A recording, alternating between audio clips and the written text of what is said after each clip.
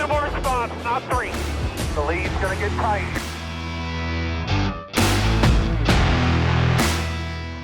Go to Phoenix. Stop. Yeah, guys. Let's go, baby.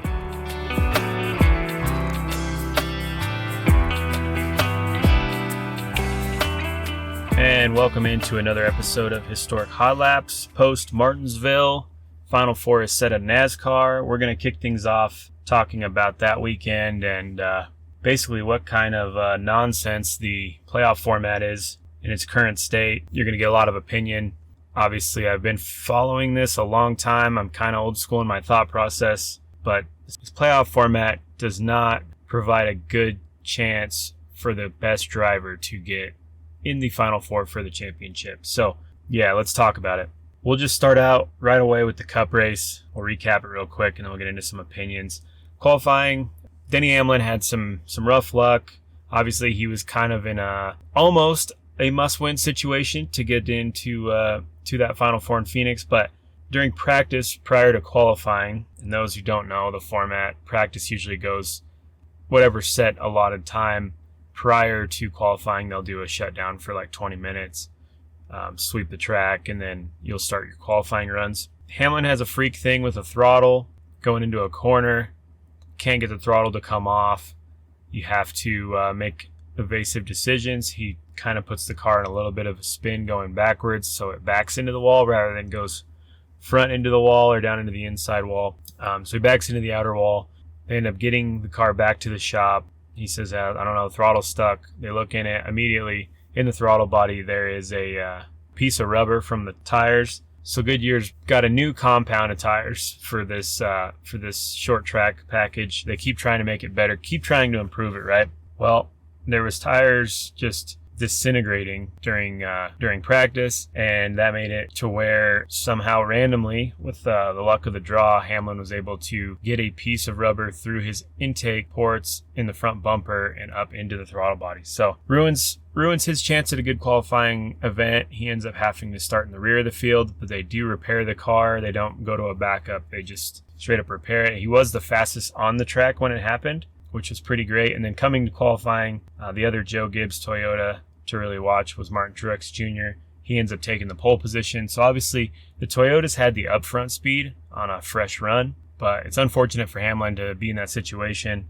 Fastest car, must-win situation to get in, and he's got to start in the back. So stage one, let's cover real quick. Chase Elliott takes over from Truex and leads a ton of that stage, gets full stage points. He leads deep into stage two, where Brad Keselowski gets the first stage win of the season, I believe. I don't think he's got a stage win yet this season, but it's nice to see the RFK up front making some things happen. Blaney's worked his way up to second on this stage, getting some very important points. And then Hamlin, who we just discussed, started in the back of the field. At the end of the second stage, he was in third place. So incredible comeback. He made his way up to second place at one point in the race. Never took the lead, but he did an incredible thing coming back from that. Going to the win, you got to look at the guy who was determined to win his way in. Must-win situation.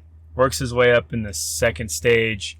Controls a lot of stuff up front in the third stage. Makes some great passes and takes the lead, and that's Mr. Ryan Blaney. So Ryan Blaney is advancing to the Final Four.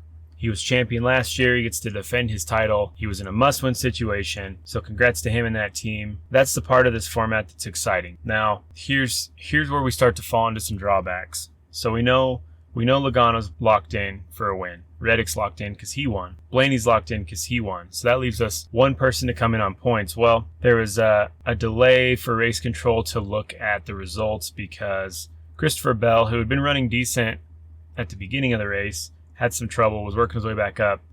He had to make so many passes, and then William Byron had to not get past, right? Like he had to finish in a certain situation, certain points. So looking at it, you've got Reddick and Bell in this must-see story type situation, and Bell knows he's got to make up a couple points, and he does what is considered a wall ride, kind of the Hell Melon move that Ross Chastain did at Martinsville a couple years back to get his way in, which at the time was legal, but they have made it illegal. What really hurt him was he made the pass, got into the corner, didn't get off the corner, stayed on the wall, and just throttled it in. So he carried himself around to the finish line. If he would have backed off, he may have lost that position back. It's very possible. He definitely did what he had to do to try to win. Ultimately, after a 30-minute delay, NASCAR comes down and says, sorry, safety violation, rule violation, you're out, and that puts William Byron in. So you've got 2 Fords, 1 Toyota, and 1 Chevrolet, and then there's all the online talk of, well, it's a setup because Bell was better and blah, blah, blah.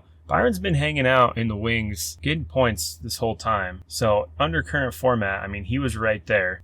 The other problem with this win and you're in situation with this playoffs is race manipulation between manufacturers, which is sad to see. It's a lot of bullshit.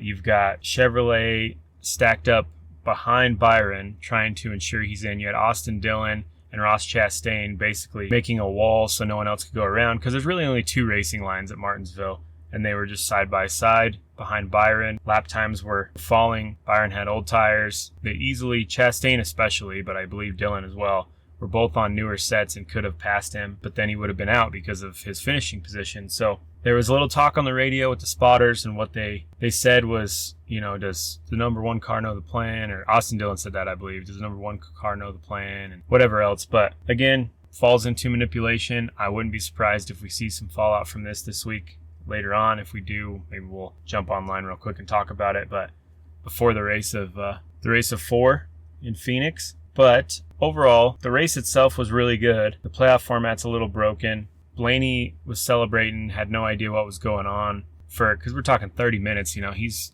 taking pictures. He's already sprayed the car down. There's confetti everywhere. The celebration's going on, and we still don't know, you know, who's going to be that number 4 spot. So his post-race speech was pretty good. Let's take a listen. I have a question. What happened at the end of the race? I have no idea. I have no clue what happened. People came up to me in Victory Lane. Someone asked me, and they said, "Hey, how about that?" I have no clue what happened. I don't even know who's in. The 24 is in? There's a lot more. I'm going to have fun on the drive home. So you're glad that you're not in any of this controversy? Right, I am. Yeah. So happy I'm not in it. That's crazy. I didn't know anything about it. I had no clue who was in, who was out, what people were talking about, why they started cheering and booing on the front stretch. I had no clue. Like after 20 minutes after the race, I was on stage and they started like making a big fuss. I was like, I don't know what happened. Someone fighting? No clue. All right, so following that, Elton Sawyer also had to explain their call on that. We're fortunate enough to get a little bit of that press conference on here. So here's what Elton Sawyer had to say about NASCAR's call to penalize Christopher Bell and not let him in that last playoff spot. Yeah, Lee, we obviously we look at all the video, you know, and as I back up on that and you go back 2 years ago when we had the situation with Ross here, we went to Phoenix. There was a lot of dialogue with the drivers that's not a move that we want to have to make on the last lap. We were able to get through Phoenix and had a great championship race that year. In the off-season, meeting with the industry, meeting with our drivers, and to a man, that was not a move that they want to have to make. So there was language in the rule book, and when you look at it today, he clearly got up against the fence there in 3 and 4 and rode the fence all the way, off 4 there. And that's strictly, to protect our drivers as well as our fans. All right. So now let's talk about playoff format while we're going to rant and rave here for a minute. So we know Blaney's in. Blaney won Martinsville, did a great job. He definitely had the best car in the long haul of things, long green flag runs. His car was amazing. The Toyotas were not. They knew that going in. Otherwise, Truex would have probably dominated a lot more in the first stage. But let's talk format. So right now we have guys that are barely in the top 16 at the end of this regular season, and they're going to be fighting for a championship this next weekend. You have a guy who has the most race wins of this year by far, on pretty much double of everybody else. He missed the regular season championship by 1 point. He still is in the round of 8. Fortunately, due to the fact that he did have so many points. However, he is not going to be in the final 4. That's where the system is broken. You've got guys that pointed their way into the top 16 and then fortunately snuck out a win that are going to be in the final 4. But statistically, the best drivers of the season aren't going to even be participating, and that's a real situation. So people complain they don't like the old way of doing it. They like the playoff format. You got guys that Don't like the playoff format. I like the playoff format to a point. It makes for an exciting race because you have cutoff races, but you cut your season down to 3 races essentially. Because it doesn't matter how good you are. When you hit that round of 16 to 12, you should weed out anything that shouldn't be there. But that's not always the case. You get guys like Logano. He hasn't had the best season. Granted, we know he's good. He's 2-time champion, but he hasn't had the best season. But you get guys like that then win and can move up and so on and so forth. So it's a real mess. But yeah, let's look at non-playoff format standings currently. If we were in the old school way of doing things, the way we used to watch Dale do it, the way we saw so many other champions do it, Kyle Larson is number 1 in points at 1,150 points. Chase Elliott, again, another guy who's not going to be in it, is at 1,125. Christopher Bell, who missed it because of the wall ride thing and got penalized, is in 3rd place at 1,118. So a 30-point spread between the top 3. Now, 4, 5, and 6 are your final 4 guys. So you got William Byron, Tyler Reddick, and then Ryan Blaney in 6th. So that's all right. Given the points, William Byron would still be in. And he almost didn't make it. So if that was the case, I mean, granted, you'd have Christopher Bell, so you'd have 3, 5, and 6 or whatever off this chart. But you got guys, Denny Hamlin's in 7th, Bowman in 8th, Keselowski in 9th, Truex Jr. still, with the rough season he's had, was in 10th. We're talking Joey Logano's probably the best odds of winning the championship this year. Non-playoff points, he is 14th in points. 14th. So if that doesn't seem like the system is a little bit broken, I don't know what else to say. It's pretty wild that we're in this situation, that we have this stuff to talk about. But at the end of the day, it's set. That's what we're going to see. You're going to see a fight between Blaney, Logano, Reddick, and Byron. And we're just going to have to accept the results of that and go from there. So let's move over to Xfinity while we're on the recap subjects. Parker Retzlaff and Anthony Alfredo lock out the front row in qualifying. Both nowhere near playoff standings, so that's kind of cool to see them take over the front row. Shakes up some strategy going into the race. Stage 1 had a million cautions in it. Short track racing, I guess, you know. It is exciting to watch, but a lot of cautions. Cole Custer and Almirola are in a photo finish. Ultimately, Almirola gets a stage win. He repeats in stage 2 with another stage win, and Eric Almirola gets the win of the race. So sweeping the race, domination.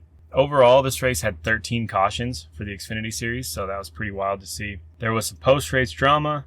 You had Chandler Smith confronting Cole Custer after the race over what he considered a dirty restart. They were bumping doors a lot. They have all season.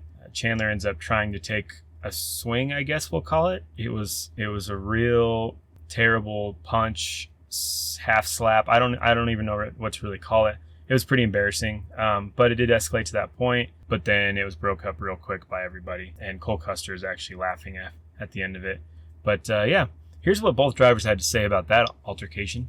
I know your dad's got a high up in that deal, but you're not a team owner, you're a driver. And I've got a lot of respect for Cole. We've raced each other with a tremendous amount of respect. And granted, I have done him dirty a few times this year, and I owned up to it, reached out to him, apologized, made amends and all that. Right then, I beat his bumper off for 5 laps. I didn't ever ship him. Then finally, I shipped him. Caution came out. He picks behind me and doesn't even give me a chance going into turn 1. I mean, I get it.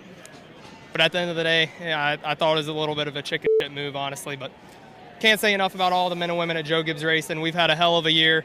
Not being able to go to the Final Four is definitely a kick in the gut for us, because I feel like this team could go out and win that championship straight up. But unfortunately, with how the playoffs are and whatnot, we had a bad past 2 races, and it is what it is at this point. It is what it is. You know, you go and race for a championship, you're put in these situations, and, you know, I don't mind doing it to him because he's done it to me. At the end of the race, I expect him to be aggressive, but I can't not be aggressive. I'm going to race him just how he raced me the whole year. I was racing for the owners. I wasn't a must-win just like him. So for him to come over here and say I don't have a reason to race, that's no reason at all. All right, so we've got the Final Four set for the Xfinity Series Championship, and you've got Austin Hill, you've got AJ Allmendinger, Cole Custer, and Justin Allgaier. So Hill, Allmendinger, Custer, and Allgaier are going to be fighting for the title over at the Xfinity Series. We talked about Cup, we talked about Xfinity. Let's jump over to Truck Series. Always a good one at Martinsville, short track action, last chance playoffs for the Truck Series as well. Boiling pot of drama the end of this, but Christian Eckes gets out to an early lead in lap 1. Stage 1, final lap of stage 1. Raja Caruth runs up the wall, does some damage to his Chevrolet there, that Hendricks car sponsored Chevrolet, and Christian Eckes ends up getting the stage win.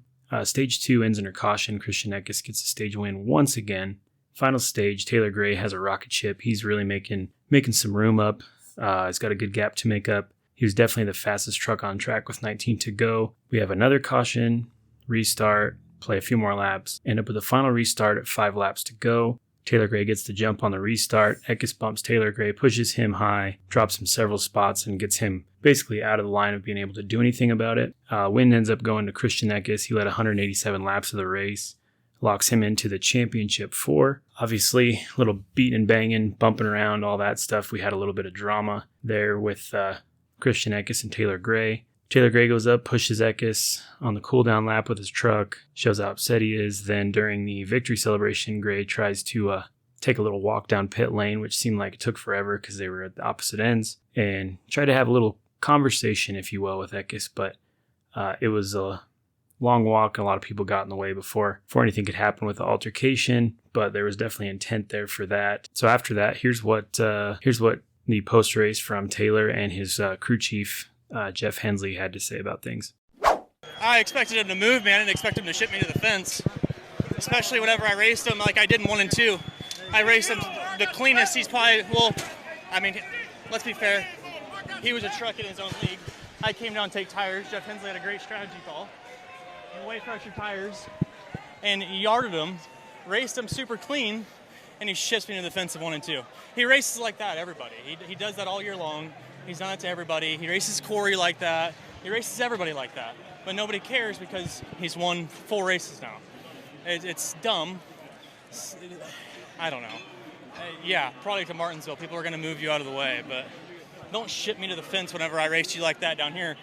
Well, I guess, in hindsight, we should have took the bottom, drove through him like he did us, and went on. But, we had just about passed him the caution before, fair and square, and Taylor got a really good start, got up through the gears, and going into turn 1, we were ahead of him, and he drove down the corner and popped us in the left rear and about wrecked us, and he got into us off of 2 and about wrecked us, and then we cleared him halfway down the backstretch and got to turn 3, and he did wreck us. So, that's the part I don't understand. He hit us 3 times in less than a half a lap and knocked us out of the way. And we chose the outside lane thinking we're going to race him fair and square and we're going to beat him, and we would have beat him.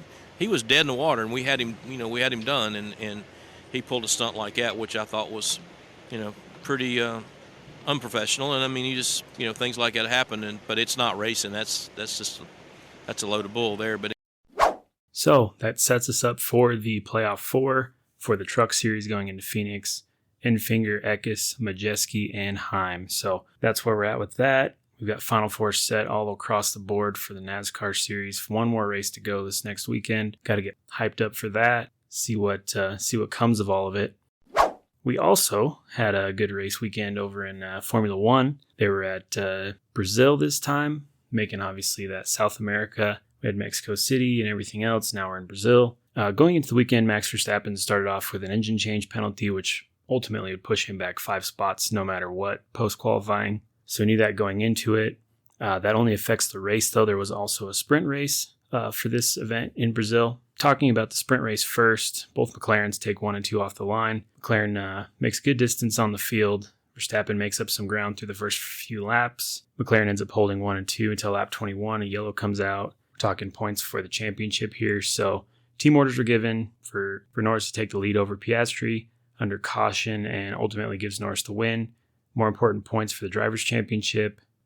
This is Lando's first sprint race victory of his career. That gives him 2 points ahead of Verstappen going into the race weekend. So we go to qualifying. Qualifying is delayed for wet weather. The track was completely flooded out at one point. Extremely wet qualifying session, which proved super challenging for most of the drivers. You had all kinds of drivers bringing out yellows and reds.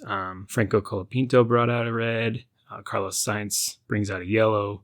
Lance Stroll brought out a red flag with 1 minute left in Q2.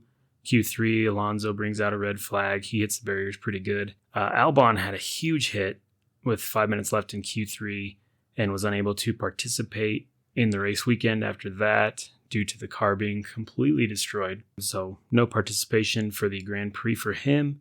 And at the end of the day, McLaren does it again. Pole position goes to Lando Norris.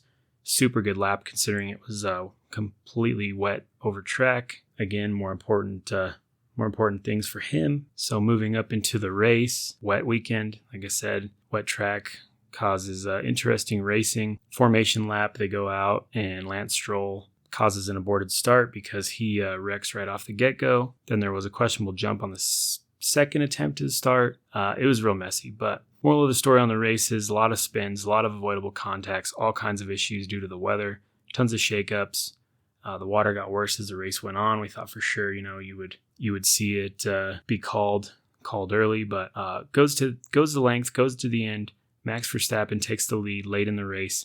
He goes from 17th place up to first, holds the lead through the end, gets the win. Verstappen takes that win. It's his first victory since June, very needed for the championship fight they've got going on, and could go down as one of the greatest movement this generation of Formula One, honestly. 17th to first is unheard of in that, so super awesome to see, so congrats to him on that. We've still got a couple races left in Formula One, so we'll keep covering that and get pumped up for the championship race at Phoenix for NASCAR.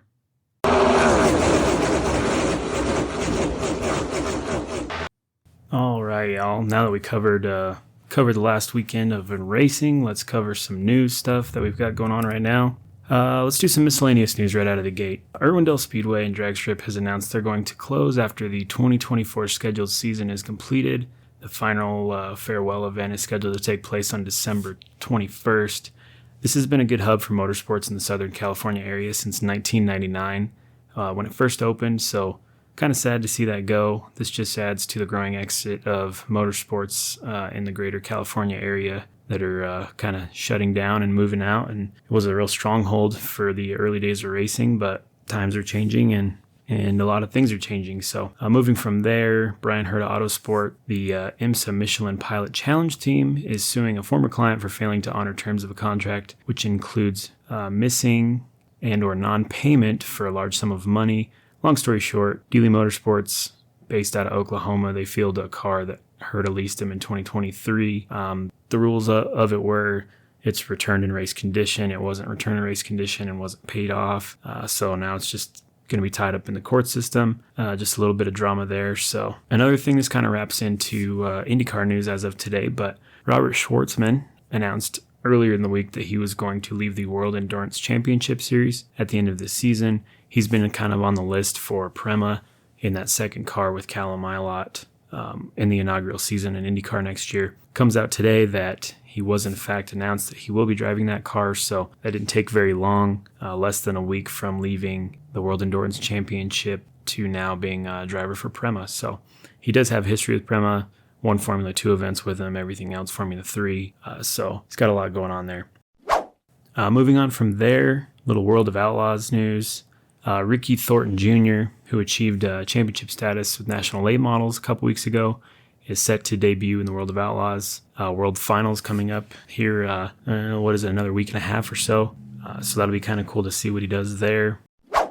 Moving over to Formula One, the FIA fined Charles Leclerc $10,000 and deferred another $5,000, a monetary fine for foul language used in post-race interviews. The policing of speech in Formula One is getting way out of control. Obviously, we've covered this before when Max would say some stuff, and now they're fining Leclerc, and it's just going to continue, unfortunately. So we'll see what happens with that in the FIA, and if they continue this PC culture they've got going on over there with post-race interviews and language and everything else. So moving over to IndyCar news, Enzo Fittipaldi, race winner in Formula 2, is set to, obviously the Fittipaldi name kind of goes way back in IndyCar, but he's set to do an IndyCar test with Arrow McLaren later this month at that thermal test day.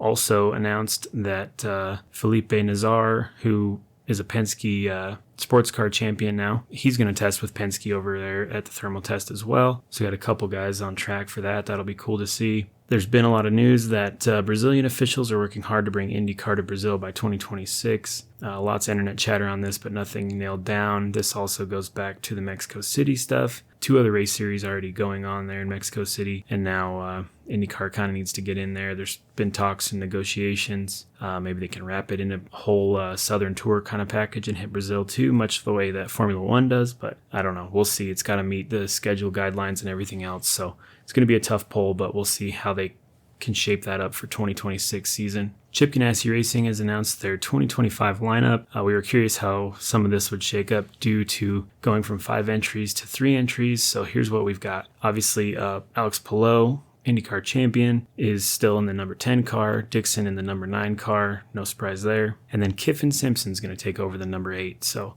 that's your IndyCar lineup for Chip Ganassi, Palou, Dixon, and Simpson. Moving over to NXT, oddly enough, not anybody that was in the immediate network for them. But Niels Coolin will drive the number 10 NXT car, and Jonathan Brown will drive the number 9 NXT car. Also, while we're on NXT news, let's talk about Juncos Hollinger. They've announced the addition of Miguel Garcia to their NXT lineup for 2025, so that'll be pretty cool to see. A lot of road course experience there, and just keep some good stuff coming for them, hopefully. High Limit Sprints has announced their schedule for 2025. It's a pretty deep, involved schedule. I'm not going to cover the whole thing, but you've got 61 different race days, 36 different tracks, and 20 different states. So really putting that program together. There's also quite a rumor that David Gravel, who's probably going to wrap up the World of Outlaws Championship here in the next week and a half, is also talking like he might be running High Limit Sprints next year. So that's the rumor mill on that. We'll see, but that would be pretty exciting to see him and Brad Sweet battling it out again week to week. Moving over to some NASCAR news, Truck Series. We talked about Connor Jones and everything with Matt Mills last week. Well, Connor Jones did get a 1-race suspension for intentional contact he had with Matt Mills at the Homestead race, which was the hospital stay and everything else we talked about in the evaluation for Matt Mills. There's a 10-point team and driver point fine as well. And with 2 races left of the season, now it's going to be 1 because he's suspended for 1. You can't really make that up. So pretty rough for him and the team on that one. But that's kind of what happens with this stuff. So while we're on the subject, Matt Mills did give a health update of where he was at with stuff, and here's what he had to say. I'm feeling a lot better. Each day I get 5 times better, and so it's good to be progressing so fast through this week, and I'm just grateful for everyone down at Jackson South Hospital in Miami, NASCAR medical team, and just everyone that's had my support through this whole thing. It's definitely helped me just progress so fast during the week to get better, and I feel good, feel normal. It's definitely been a recovery process, but going to the simulator last night and everything felt great. I'm ready to get back to this race car and just move on from everything. It was just 100% just smoke inhalation. Basically, when the flames started coming into the cockpit, as you would do, I panicked and just started breathing heavier and heavier, which just made everything a lot worse. And it's kind of the first time I'd been in that situation and catching on fire like that. So kind of know how to prepare myself for that next time. But it was just 100% in my lungs and just respiratory. Moving over to Xfinity news, Brendan Poole re-signed another year full-time Xfinity with Alpha Prime Racing to drive that number 44 Chevrolet.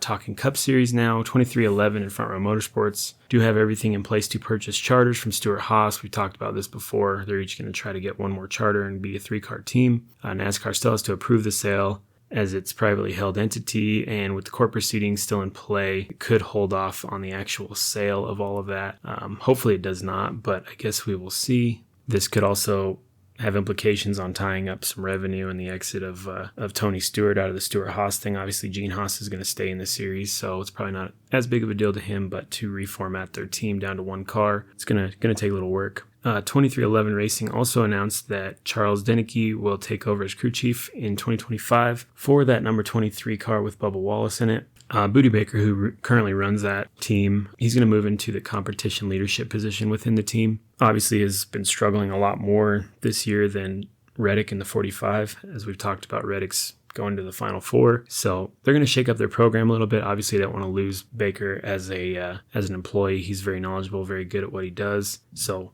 he'll kind of have a different role in the team. And then final piece of news we've got today, the Wood Brothers have announced that Miles Stanley will take over as crew chief for the number 21 car next year, which they've got piloted by Josh Berry. Stanley has long-term experience coming from the Penske side, so should be a nice pairing for some success in that car for the Wood brothers, and seeing Josh Berry take over there. All right, y'all. I'm going to jump in here at the end of this. I was done recording the news stuff. This actually just came out. NASCAR suspends 9 people, issues $300,000 in fines for race manipulation. So we talked about the manufacturers trying to hold up the playoff drivers and secure that at least they get one of their cars in, whatever else you want to call it. So I'll just read this article here real quick and get some highlights of it. NASCAR's penalized the number 23, 2311 Racing Toyota of Bubba Wallace, the number 3 RCR Chevrolet of Austin Dillon, and the number 1 Trackhouse Racing Chevrolet of Ross Chastain due to what a series has deemed as potential race manipulation after the review of Sunday's radio communication of those teams during the Martinsville Cup race. The penalties are the same for all 3 drivers and teams across the board, so $100,000 fine each. Loss of 50 driver and owner points, and that's the rough one, and 1 race suspensions for crew chiefs, spotters, and key team executives. So that one's a little rough. So 2311, executive Dave Rogers, the crew chief Booty Baker, and spotter door bumper clear host Freddie Kraft have all been suspended. Then Wallace drops from 17th to 18th in the championship standings with the points drop. Trackhouse executive Tony Lunders, crew chief Phil Surgeon, and spotter Brandon McReynolds for that number 1 car at Trackhouse have been suspended for the championship finale as well. Chastain's points does not change. He'll stay 19th. RCR executive Keith Roden, crew chief Justin Alexander, this is on the number 3 car, and spotter Brandon Benish have been suspended for 1 race as well, so none of those guys will be in the finale. A loss of 50 points that affects Dillon the most. He goes from 28th in the points to 33rd, which is pretty rough financially at the end of the day. Obviously, all the teams are going to appeal this. Probably won't go anywhere. 2311 put out a statement, said they're aware of penalty issued by NASCAR stemming from Sunday's race at Martinsville. We feel strongly that we did not commit any violations during Sunday's race, and we will appeal the NASCAR ruling. So, yeah, it's kind of interesting. There was a lot of questionable radio stuff. You know, it is what it is at this point. So we'll see what happens to the appeals. I doubt any of the appeals are going to work. It's going to be a fine thing. At the end of the day, the manufacturers are probably going to pay the fine because that's who they're helping out, right? So, yeah, we'll see what comes of this come the appeal later this week. Wind's blowing a little bit today, and it's upsetting the cars a little bit in turn 2, but turning pretty quick. Cale Yarborough in the Waddell Wilson prepared car number 28 turned an astounding lap. I knew I was running faster than I had in practice. Nobody had ever been that speed at Daytona. Over 200 miles per hour, 200.503 to be exact.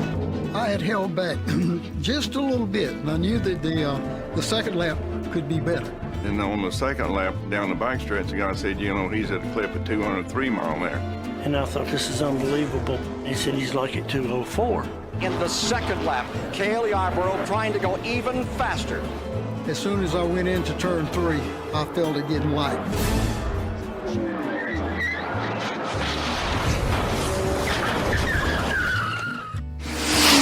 All right, let's do our history portion for this week. This week we're going to talk about one of the greatest crew chiefs of all time, engine builders of all time, Waddell Wilson. Waddell Wilson, former NASCAR Cup Series crew chief and engine builder, born December 29th, 1936. He's still around, still kicking, so we're happy to hear about that. Wilson grew up in Bakersville, North Carolina. He received his motor education at the Auto and Diesel College in Nashville, Tennessee, and then his first real job after college was actually going to work in Miami, Florida for the Cummins Diesel shop down there, working on diesel motors. Waddell being in Florida, he became very fond of racing.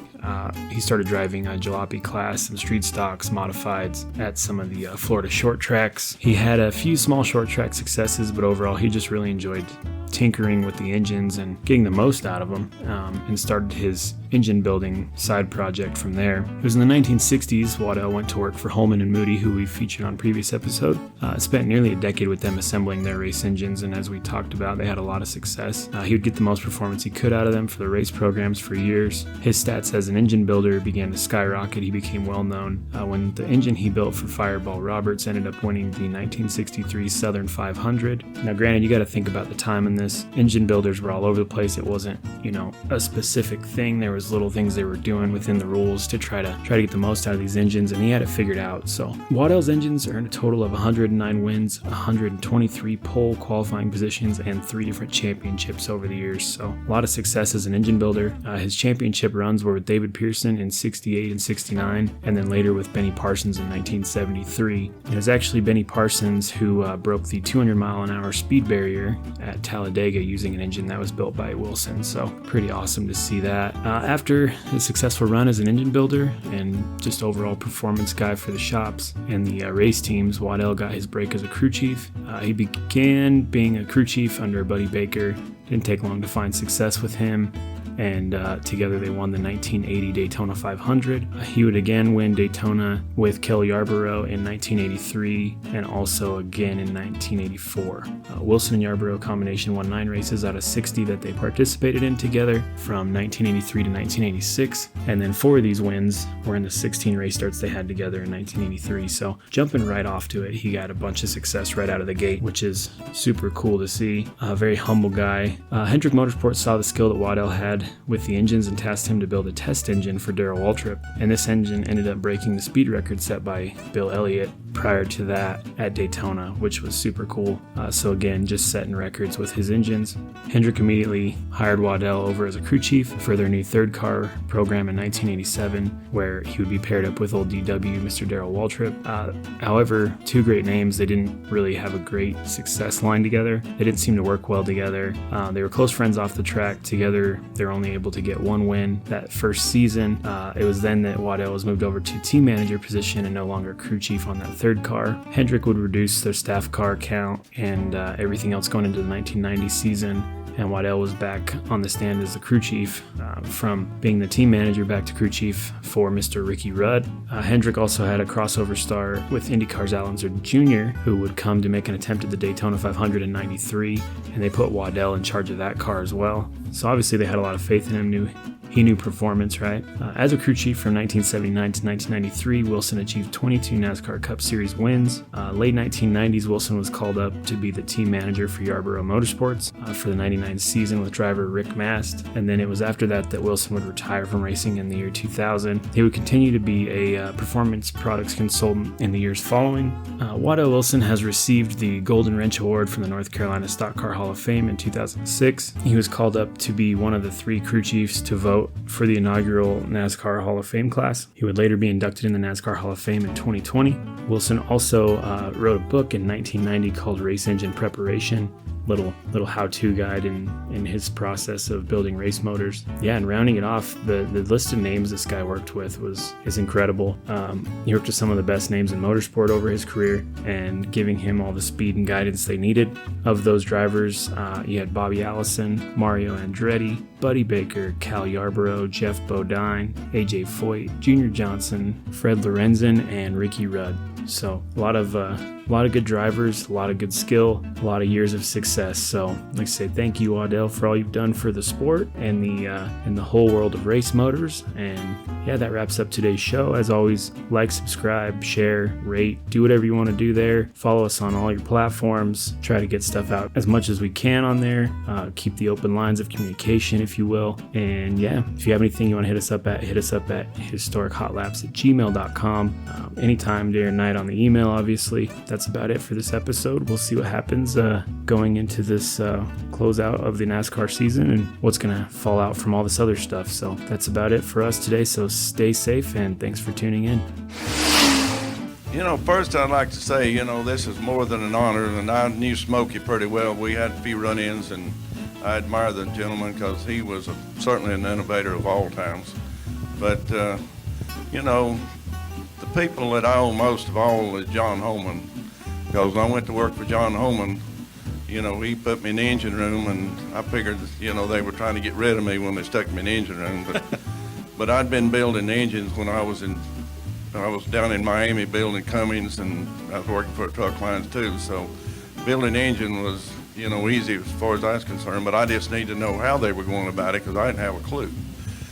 And, they'd put me honing rods and blocks and doing all this stuff, and then pretty soon they figured out I could build an engine. And then I was on Fireball's car, and I remember being at one of the times and people was talking about, we didn't use stock parts back then, but he wrecked the car in Darlington in '63, and we backed up against the fence and took parts off of the rental car and put on that car to put it back in the race.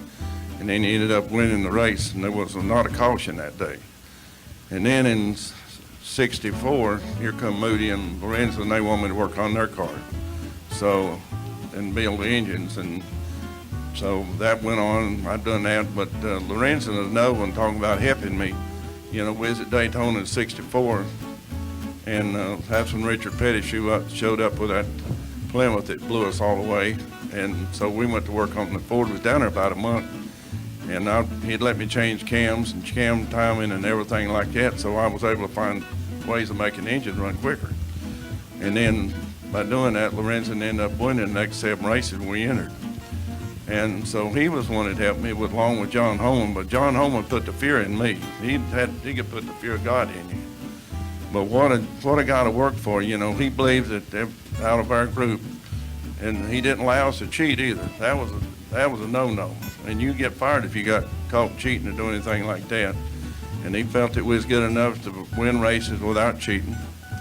And so it taught me that also. And then working with the people like ran the Fireball, you could find out, with good drivers, you could definitely win races.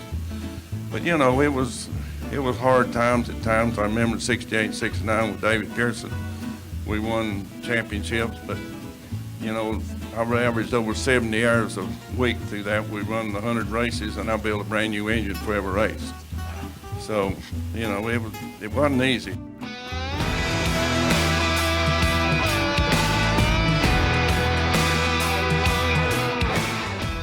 Thank you for sharing your time with us.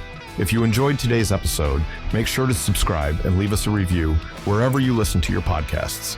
Don't forget to follow us at Historic Hot Laps on X and all your other social platforms for the latest updates and sneak peeks into upcoming episodes. You can reach out to us directly at historichotlaps@gmail.com. Send us your feedback, questions, comments, opinions, and additional subject matter you'd like us to cover. Thanks for tuning in.